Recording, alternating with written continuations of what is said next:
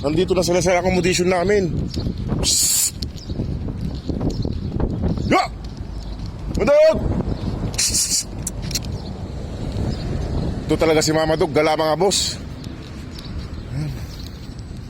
Gala talaga si Mama Dog mga boss. Nandun na oh. Ya! Psst!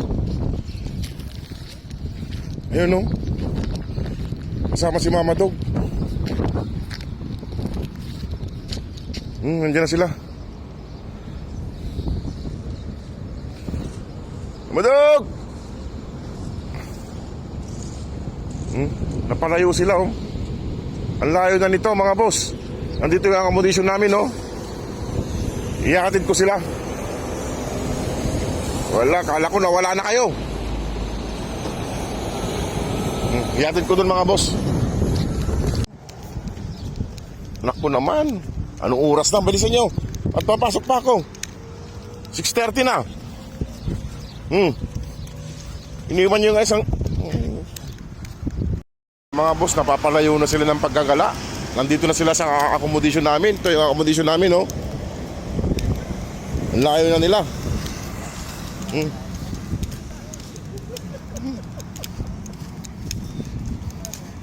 Tara na. At makakain kayo. Yung mga boss, ihatid ko lang doon sa kanilang pwesto. May malayo dito sa amin. Kawawa naman yung isa doon, mag-isa.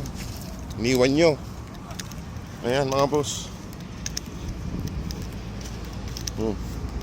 Ayan, iniwan nila. Huwag nyo kung mga pasaway kayo. Kanina pa ako naghahanap sa inyo. Hindi ko kayo makita. Ayan. Pasimuno si Mama Dog mga boss at nakakalayo na sila. Sana ay matulungan na natin sila mga boss para mapauwi natin ng Pilipinas kasi baka mawala na sila. Kaya sinasanay ni Mama Dog na maggala ng malayo. Saan kayo pumupunta? Ha? Dapat doon lang kayo kasi papakainin ko naman kayo. Kayo, anong 6:30 na mga boss. Ay alas 8 ang pasok ko.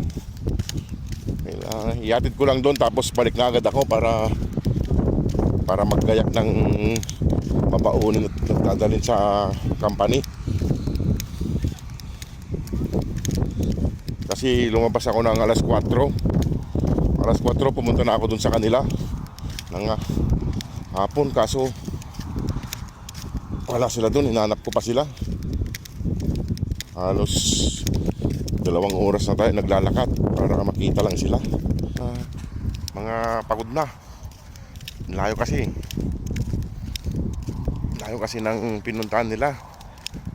Nandun na sila doon sa kwan, sa may itim na aso, doon sa may pabrika, doon sila pumunta. Ayan. Buti at umikot pa ako dun sa may kwan, dun sa may accommodation namin. Inikot ko pa papunta dun sa likuran. Nandun sila. Nandun silang 4. Ayan. Ito na isa. Paiwan na isa. Nasaan na isa? Boss, malapit na tayo. Malapit na tayo sa pwesto nila. Napagod tuloy siyang tukin. Nandito yung isang papi kanina, siguro bumalik doon sa may damuhan. Di balit, nandito naman na sila. Kayo ha, huwag kayong gala ng gala. Kayo napapalayo kayo. Nasaan na isang papi? Tingnan nyo. Tingnan nyo yung pagkain nyo. Ang daming pagkain dyan. Kain na. Ayan. Tingnan ko lang yung isa para makabalik dito. Para makasama niya yung mga kapatid niya. Tingnan ko lang mga boss dito yung isang papi, yung kaninang naiwan. Para magkakasama sila. Tara na, nandito na yung kapatid mo. Halina. Halina. Ayun, tumayo. Busog. Halina. Nandito na yung mga kapatid mo. Nahanap ko na yung mga kapatid mong pasaway. Halina. Ay, papasok pa ako. Alas 6 na. Alas 6:30 na. Mag-alas 7 na. Tara na. Para magkakasama kayo. Eh mga boss, iwan ko na sila rito kay mag-alas 7 na. Nandun si Mama Dog tsaka yung isa palakad-lakad. Ito kumakain tong kan. Ayan. Ayan mga boss, sana po ay matulungan pa po natin sila para mapauwi na natin ng Pilipinas. Papaalam na rin po ako kay mag-alas 7 na ng gabi. At papasok pa tayo ng alas 8. Hinanap ko lang sila. Magpahinga na kayo, kay pagod kayo. Yung isa nandun pa sa may damuhan. O sige mga boss, at magpapaalam na rin. Sige mga boss, maraming salamat. God bless po.